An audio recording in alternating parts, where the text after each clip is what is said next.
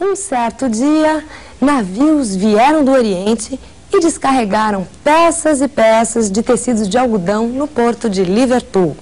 A mercadoria fez sucesso. Estávamos em pleno século XVIII. Os manufatureiros da cidade de Manchester criaram logo indústrias de imitação. Assim, o algodão bruto passou a chegar ao porto de Liverpool com maior frequência, usado como matéria-prima para as indústrias inglesas. Mas havia um problema. O trabalho manual encarecia muito os tecidos ingleses. E a grande solução foi a transformação da manufatura na maquinofatura.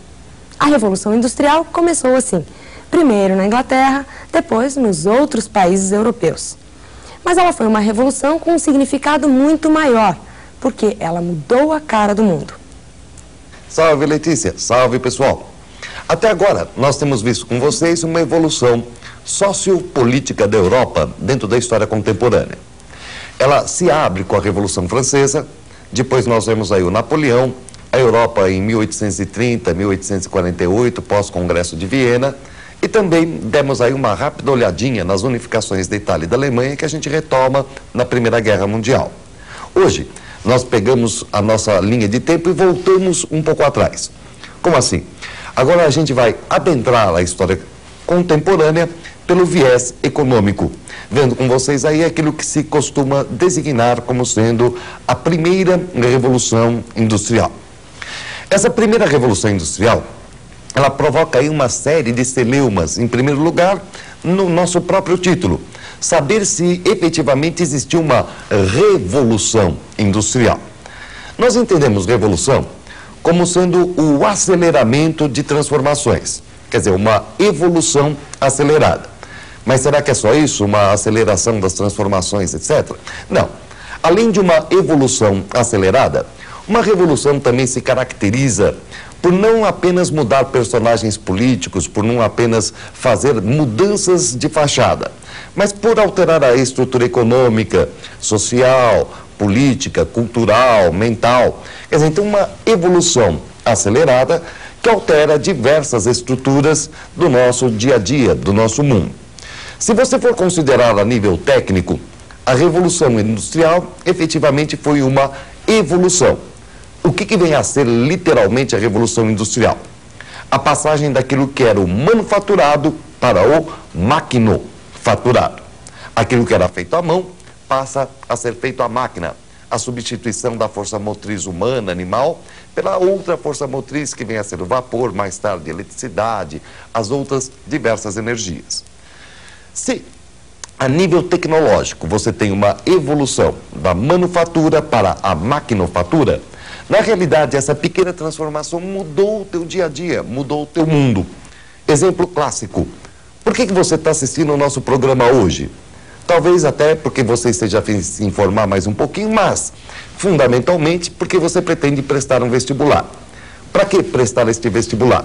Justamente para entrar numa faculdade onde você vai se especializar, vai se preparar para o mercado de trabalho. Você já reparou como é o teu dia a dia até aqui? Dos 7 anos de idade até os teus 25. Você entra na escola, perde aquela a sua liberdade de brincadeira o dia inteiro e tal. Isso se você for um cara feliz, né? Entrar aos 7. Se você for um daqueles caras mais sofridos, você já começou aos 2 e a professorinha aos 2 anos já queria que você lesse, discutisse a fórmula da relatividade, aquelas coisas todas. Eles fazem com que você aprenda cada dia mais rápido, cada dia mais cedo e, se possível, até no útero. Já vão começar a fazer o cara sair falando, entendendo e tal. Por que toda essa pressa? Por que todo esse desespero? Justamente porque você entra na escola não para ser formado, mas você entra na escola para ser informado. Informado como? Informado dentro de uma determinada área que você vai, entre aspas, escolher para conseguir sobreviver, para conseguir trabalhar. E imagine que de repente você passa até os seus 25 anos se preparando para entrar nesse mercado de trabalho. Depois você até os 60, 70 anos continua trabalhando e aí você, que está na flor da sua idade, vai ter direito a aproveitar a sua vida. Já parou para pensar nisso?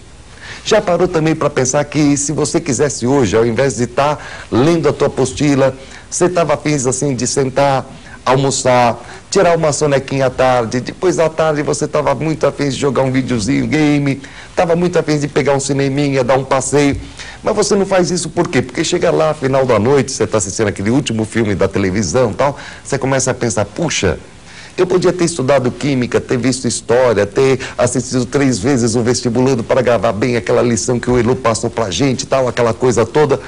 Você começa a achar que se você fez isso, você perdeu tempo. Você já reparou que quando você gasta tempo com você, você perde tempo. Você não tem direito à vida. E você acha que isso está muito certo. Se você gasta o seu tempo para se divertir um pouquinho, para descansar, para fazer qualquer outra coisa que não seja algo produtivo, você considera que está perdendo tempo. Por que você pensa isso? Você pensa isso por causa dessa pequena transformaçãozinha da manufatura na maquinofatura. Por isso mesmo você começa a observar que a tua mentalidade mudou, que as pessoas que não trabalham são vagabundas, que não são seres que podem ser inclusos dentro da sociedade. Você acha que realmente trabalhar é que é o justo. Tem gente que não consegue tirar férias do trabalho, tem lá os seus 30 dias de férias, consegue ficar uma semana parado, mas depois até vende o resto das férias para voltar a trabalhar, porque ele não sabe o que fazer da sua vida se ele não estiver numa linha de produção. Consequência da Revolução Industrial. Você nota que a economia muda, a sociedade muda, a política muda, a mentalidade muda. E por isso aquela que é uma pequena evolução tecnológica passa a ser então muito bem designada como sendo Revolução Industrial. Essa primeira Revolução Industrial, ela começa acontecendo na Inglaterra. Essa coisa que vai nos fazer sofrer e mudar a nossa mentalidade começa na Inglaterra. A Inglaterra tem a primazia da Revolução Industrial, como você pode observar aqui. Ao redor do ano de 1760, esse processo de mecanização da indústria começa a se desenvolver. Começa a se desenvolver por uma série de fatores dentro da Inglaterra. Que fatores são esses que fazem com que a Revolução Industrial se principie na Inglaterra e não nos demais países? Vamos dar uma olhadinha aqui, então, no nosso GC, para que você tenha uma ideia do que aconteceu com a Inglaterra para que ela tivesse a primazia desse processo de Revolução Industrial. Olha só, em primeiro lugar, você teve uma monstruosa acumulação mercantilista, uma acumulação mercantilista dos tempos modernos. Mas aí você pode contra-argumentar com a gente. Pera lá, a França também ganhou muito dinheiro, a Holanda ganhou muito dinheiro também. Por que que eles não sofreram a Revolução Industrial? Junto com a Inglaterra. Olha só, não basta você ter dinheiro. Portanto, aquela velha ideia, não, vamos industrializar o Brasil e tal.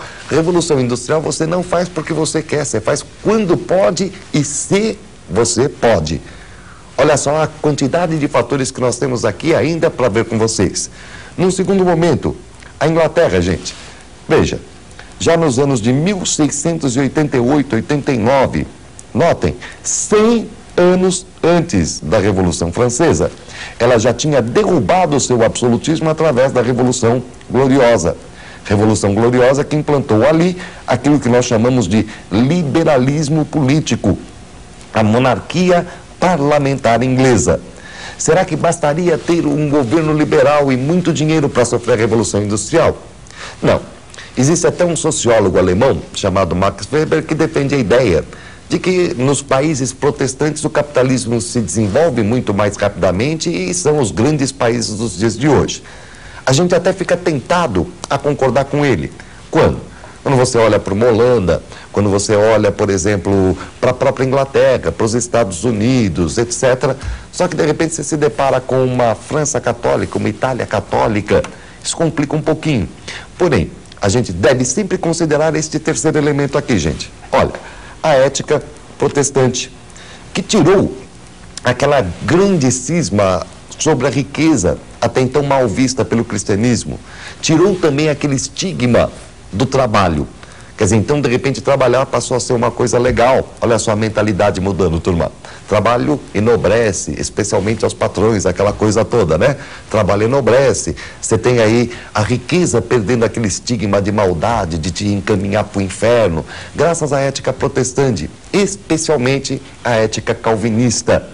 Fora isso, não bastaria você ter a mentalidade, a política, a economia. você também depende de elementos externos. No caso aqui, como você pode observar, são as colônias. A colônia, turma, especialmente no caso a América, vai aparecer nesta época já como mercado consumidor. Você deve estar lembrado que Napoleão tentou derrotar a Inglaterra pela via econômica. E foi justamente a América, o antigo mercado colonial, que acabou salvando a Inglaterra do estrangulamento econômico. Mercado consumidor e, especialmente, mercado fornecedor. Fornecedor da grande matéria-prima da Revolução Industrial, que é o algodão. Algodão, que passa a ser, então, aí o grande elemento, a grande matéria-prima e que, claro, tem a sua origem na colônia. Você também deve estar lembrado de como foi terrível a crise do petróleo na década de 70. Pois bem, olha aqui com a gente e você percebe que a Inglaterra também possui no seu território o binômio básico da Revolução Industrial, o ferro e o carvão. Ferro e carvão, que passam a ser aí o ferro para a construção das máquinas, o carvão para a geração de energia, os bancos para colocar toda aquela acumulação mercantilista em circulação, as cidades para receberem as fábricas e, claro, todo um conjunto no campo, conhecido aí pelo nome de cercamentos ou enclosures, que vai começar a colocar a mão de obra do meio rural para o meio urbano. E olha então para a Inglaterra durante o século XVIII e observe como a Inglaterra vai dinamizar toda a sua economia. Repara que a Inglaterra tem indústrias aí por todo o seu território. Você tem uma Inglaterra verde, uma Inglaterra cinza, você vai começar a ter fábricas, minas de carvão, desenvolvimento de rodovias, comunicações, tudo isso girando em torno dessa revolução industrial. Você vai ter o aparecimento aí do sistema fabril, das grandes oficinas industriais. Grandes oficinas essas que vão aí ocupar longos espaços, contratar muita mão de obra, mas pauperizando também esta mão de obra, como você pode reparar aqui nesta nossa última gravura, na presença de crianças que são colocadas aí em minas de carvão, puxando carros. Junto com a pauperização, também a separação entre o capital e o trabalho, e outras coisas e outras consequências que ainda sofremos hoje e que deixamos para ver com vocês nas próximas aulas.